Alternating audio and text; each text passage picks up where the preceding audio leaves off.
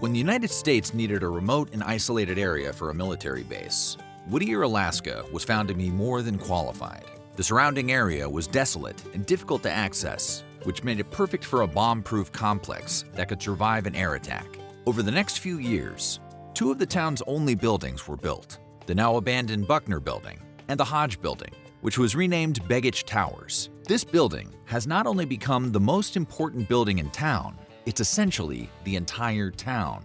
So, today we're taking you inside Whittier, Alaska, the town where everyone lives in the same exact building.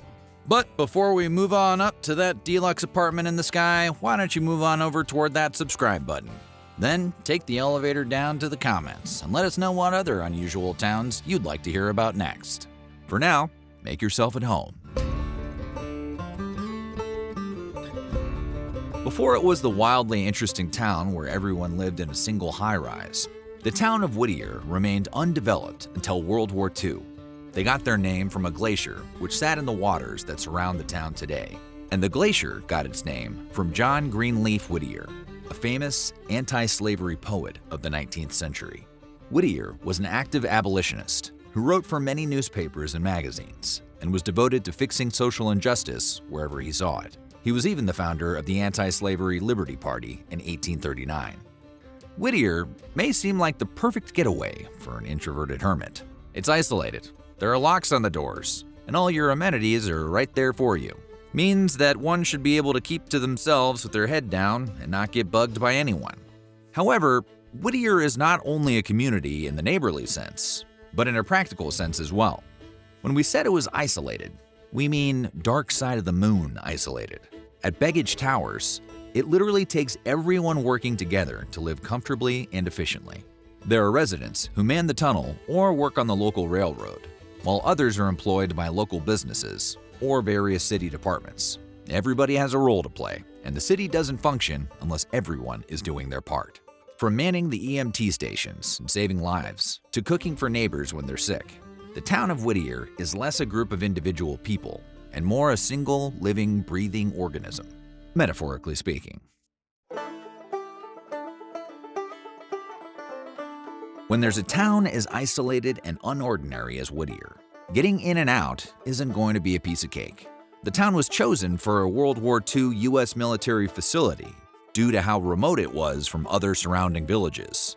In order to get resources in and out, a train tunnel was built and utilized before ultimately becoming a tunnel for normal cars. The tunnel boasts only one traffic lane for roughly 2.5 miles, making it the second longest highway tunnel in North America. If you're planning on hitting up the town anytime soon, be prepared to wait. Cars going in the same direction are only allowed through the tunnel in 30-minute intervals. That means if you're unlucky enough to arrive when the other lane has dibs, you'd better hope you have some good games on your phone, or you'll be staring at a red light until your turn is up. Long wait times aren't the only issue connected to having only one lane of entry or escape. Arguably more disruptive is the fact that the Whittier Tunnel is not open around the clock. Any attempts to access the tunnel between the hours of 11 p.m. and 5:30 a.m. will be met with a big fat blocked notice, like in a video game when you haven't unlocked that area of the map yet. And people who missed the cutoff in the past can sometimes be found sleeping in their cars overnight at the other end of the tunnel. However, EMTs are in luck.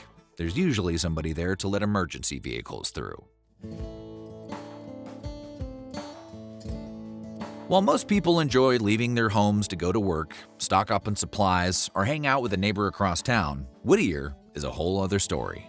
Since basically everything you could ever ask for is provided under one roof, some residents haven't felt the need to step foot outside Begich Towers. While some people love the towers because of how social it can be, many others prefer it for how reclusive it can be, and have no desire to chat it up with their fellow Begichians.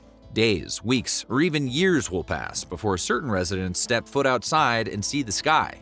Even longer, if there's something good on Netflix.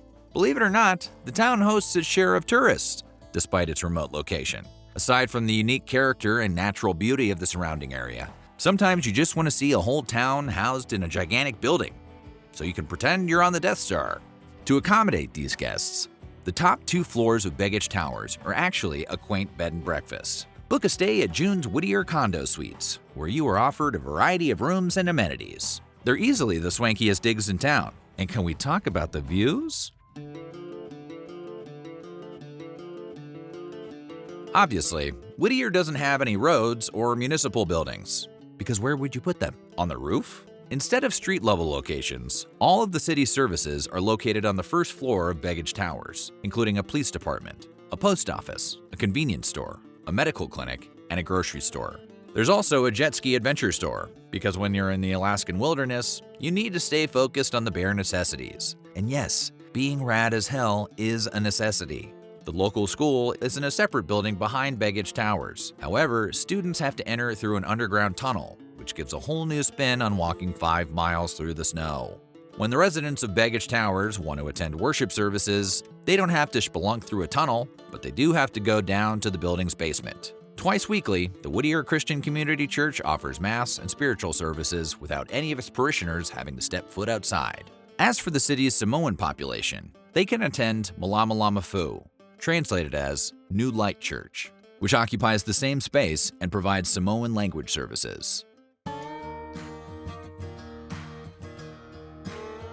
If you're a fan of the time-honored tradition of people watching, Whittier might be an ideal place to visit or even settle down. Basically, everybody who lives on the harbor side of the building lives with a pair of binoculars within arm's reach at all times.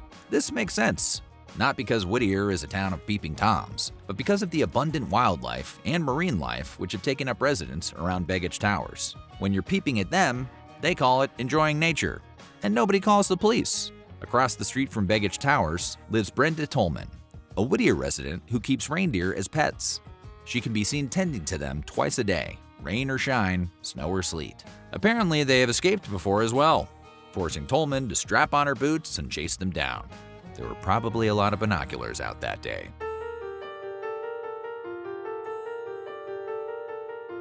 Living in Whittier is not all sunshines and rainbows. Most of the time, it's either raining or snowing in Whittier, making it the single wettest city in the United States. For around 6 months out of the year, the city is getting snow in the forecast every day, totaling around 22 feet each year. That's 1,000 times the national average. So, bring a scarf. Their only respite from the cold weather is the other 6 months of the year, when it's essentially a constant rainstorm. Pair that with 60 miles per hour winds, and you're looking at an average day of crummy weather in Whittier. Stormy days aren't much of an inconvenience for a town that never goes outside, but natural disasters are a different story. The Good Friday earthquake was the biggest seismic event ever recorded in the United States. It occurred on March 28, 1964, hitting Alaska on Good Friday. The earthquake triggered a 43-foot tsunami, responsible for killing 13 Whittier residents and causing millions of dollars of damage to the town. To this day, it remains the second largest seismic event in recorded history. But Whittier and its residents are resilient. When the global COVID pandemic struck, you might expect a town where everyone lives under the same roof would be a hotspot for infection. But by late March 2020, the city closed itself off to any outside visitors. The only people allowed into Whittier during this time were residents, their caregivers, and employees of essential businesses. The community did get hit by the virus in the summer of 2020, when 2 waterfront workers tested positive. 11 temporary workers were also infected, but all cases were contained. Then in August, a family of 6 who shared an apartment tested positive, but isolated themselves inside, preventing anybody else in the building from contracting the virus. After all, it's not like they weren't used to sheltering in place. So what do you think? Ready to pack your bags and get a one-way ticket to Whittier, Alaska? Let us know in the comments below. And while you're here, check out some of these other videos from our weird history.